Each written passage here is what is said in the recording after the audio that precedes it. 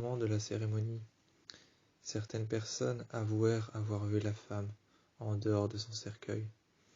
Mais c'est au moment de la cérémonie que les gens prétendèrent avoir vu les arbres pleurer. Certaines personnes, au moment de la cérémonie, au moment où le cercueil s'enfonçait dans la terre, certaines personnes prétendaient avoir vu les arbres pleurer. Ce n'était plus de la sève qui coulait dans les arbres, ce n'était plus de la sève qui coulait sur les arbres, mais certaines personnes avouèrent avoir vu du sang couler dans les arbres et tomber de leurs feuilles. Lorsque les feuilles tombèrent des érables du Japon, et que le vent commencèrent à souffler dans les lianes des saules pleureurs, certaines personnes avouèrent avoir vu le reflet de cette femme qui y avait dans le cercueil. Au moment de la cérémonie, tout le monde était habillé en noir, mais des gens avouèrent l'avoir vue quelque part derrière les arbres. La forêt entourait le cercueil, et certaines personnes avouaient avoir vu la femme, la mère de ses 3 enfants, la mère de cette fille, qui s'était tuée. Certaines personnes avouèrent avoir vu la mère de ces 3 enfants et de cette jeune fille, cette mère qui s'était tuée. Certaines personnes avouèrent avoir vu cette femme derrière un arbre. Mais au moment de la cérémonie, lorsque le cercueil est tombé et s'est enfoncé dans le trou, certaines personnes ont remarqué avoir vu un reflet, une ombre, une personne dans la forêt. Et d'autres disent que le cercueil a été abandonné dans le trou, sans même avoir refermé ou remis la terre par-dessus, et que les croque-morts sont partis, sans même se retourner et avoir terminé le travail. Cela fait 5 jours depuis la cérémonie, mais certaines personnes croient toujours en l'existence de cette ombre erronée qui a attiré les croque-morts dans la forêt. Certaines personnes avaient prétendu, lorsqu'ils étaient habillés en noir, autour du cercueil, le cercueil avait été laissé dans un trou, ouvert, avec la morte à l'intérieur, le visage pâle qui était à la lumière du jour. Lorsque le cercueil avait été laissé ouvert à la lumière du jour, et le visage pâle de la morte, qui était déformé, difforme par la pourriture à l'intérieur du cercueil, difforme par la pourriture, et son visage désagrégé, certaines personnes l'ont regardé et ont regardé la forêt, et les croque-morts partirent vers la forêt. Le saule pleureur et les lianes qu'il y avait dans le vent qui soufflait dans les lianes, et les feuilles qui se perdaient tout autour du cercueil par rapport à l'érable japonais. L'érable japonais qu'il y avait sur le côté, le cercueil qu'il y avait en dessous, ouvert dans le trou avec le visage erroné de la personne. Cette femme avec son visage erroné, difforme par la pourriture, son visage blanc et pâle. Certaines personnes prétendaient encore avoir vu une femme dans la forêt, similaire à celle qu'il y avait dans le cercueil qui avait été laissé tomber à la renverse, dans le trou, ouvert et le visage pâle, difforme par la pourriture, regardait vers le haut. La clarté et la lumière du soleil éclairaient son visage, mais toute personne avait regardé son visage pâle, erroné et difforme. Son visage pâle, erroné et difforme, cette femme, certaines personnes avaient prétendu voir la même chose dans la forêt. Une ombre erronée, pâle, difforme, avec des yeux noirs et une bouche assez grande pour pouvoir au visage d'un démon, le mal incarné. Une bouche assez grande, des yeux assez sombres, un visage assez difforme et pâle pour pouvoir croire et pour pouvoir voir pratiquement le mal incarné dans les ombres de la forêt. Le néant et les ombres de la forêt qu'il y avait tout au fond, cette ombre avec ce grand visage, ces grands yeux noirs et sombres, cette bouche ouverte, assez grande pour pouvoir croire au mal incarné, attirait les croque-morts avec le cercueil ouvert et le visage pâle de la femme qu'il y avait à l'intérieur. Le visage pâle de la femme qu'il y avait à l'intérieur était encore plus blanc qu'il ne le paraissait, éclairé par la lumière du soleil.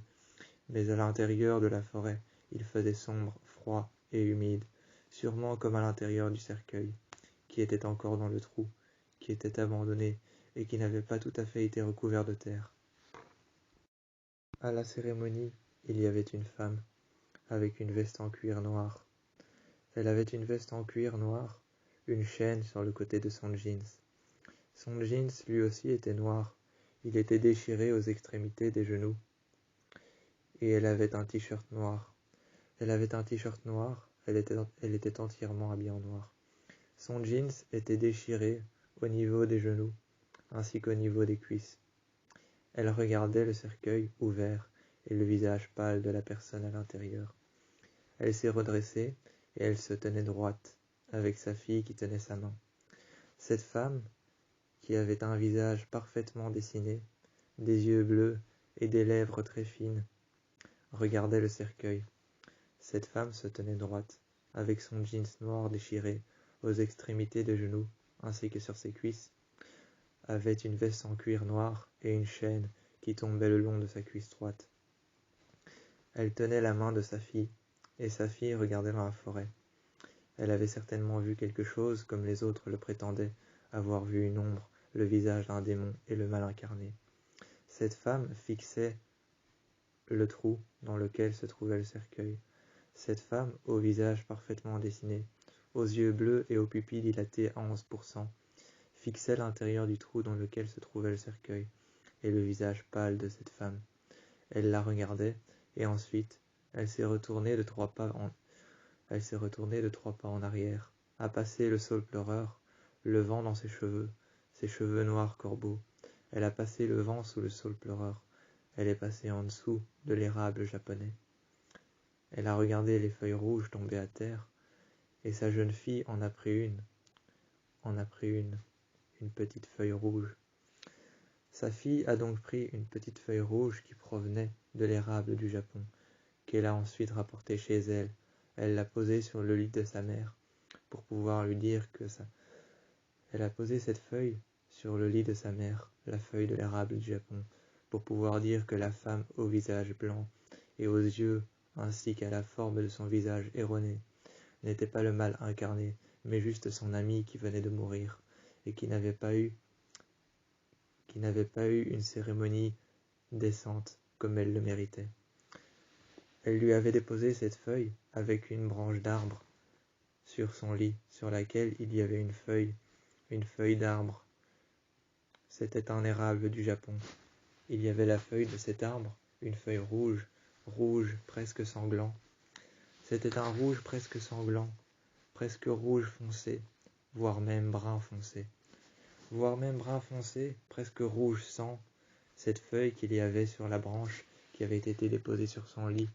Sa jeune fille a pris la main de sa mère et lui a dit alors que sa copine n'était pas morte, mais qu'elle n'avait pas eu de cérémonie décente comme tout le monde le méritait. Sa mère s'est endormie, a fermé les yeux, et durant la nuit, elle ne l'a pas senti, ni même remarqué. Mais les feuilles de l'érable du Japon sont devenues noires et sont passées d'un rouge intense, presque sanglant, à un noir presque sombre, un noir corbeau. Et durant toute la nuit, la couleur des feuilles a changé.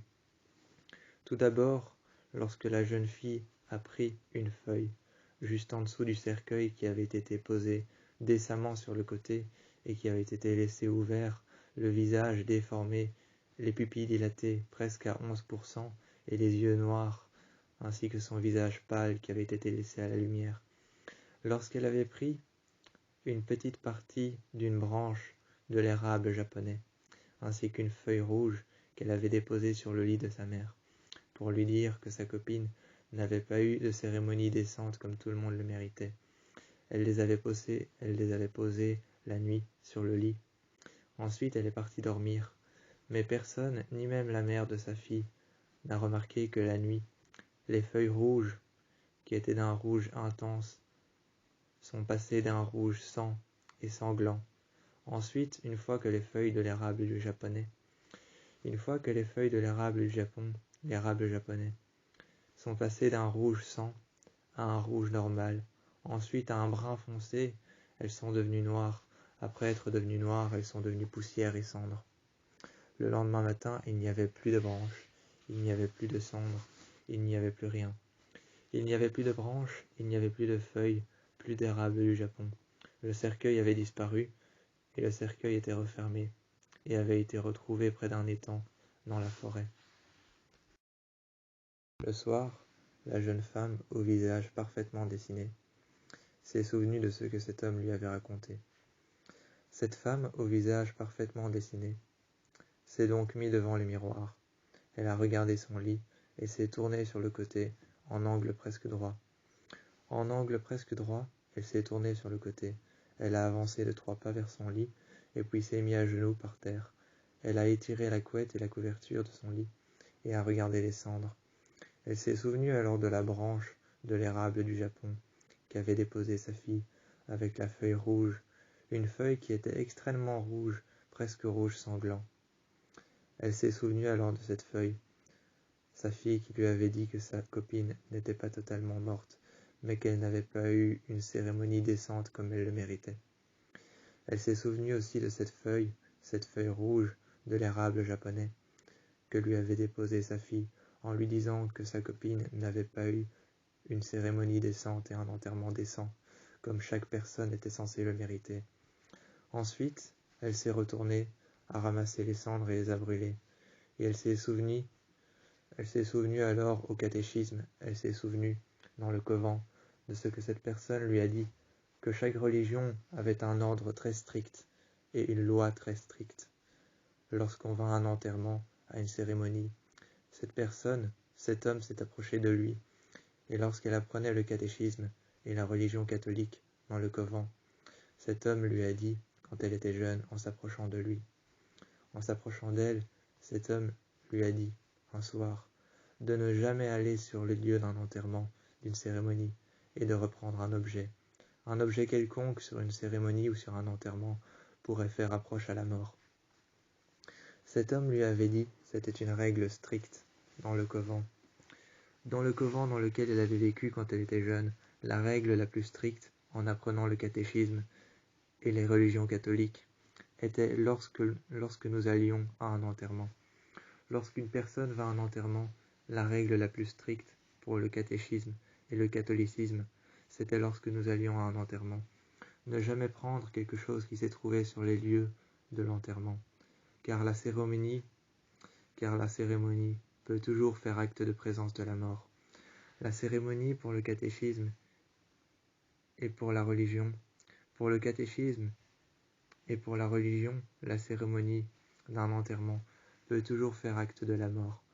Alors la règle stricte au catholicisme était de ne jamais prendre quelque chose qui s'est trouvé sur les lieux d'un enterrement, car la mort peut toujours suivre cet objet, même si cet objet appartient à la nature. La personne qui est morte, le défunt ou alors la mort, peut toujours suivre cet objet. C'était une règle stricte au catholicisme. Lorsqu'on va sur les lieux d'un enterrement, il ne faut jamais reprendre quelque chose qu'on a trouvé près du cercueil, car au catholicisme et au catéchisme, il est lieu de la mort sur les lieux d'une cérémonie et d'un enterrement, donc la mort peut toujours suivre cet objet.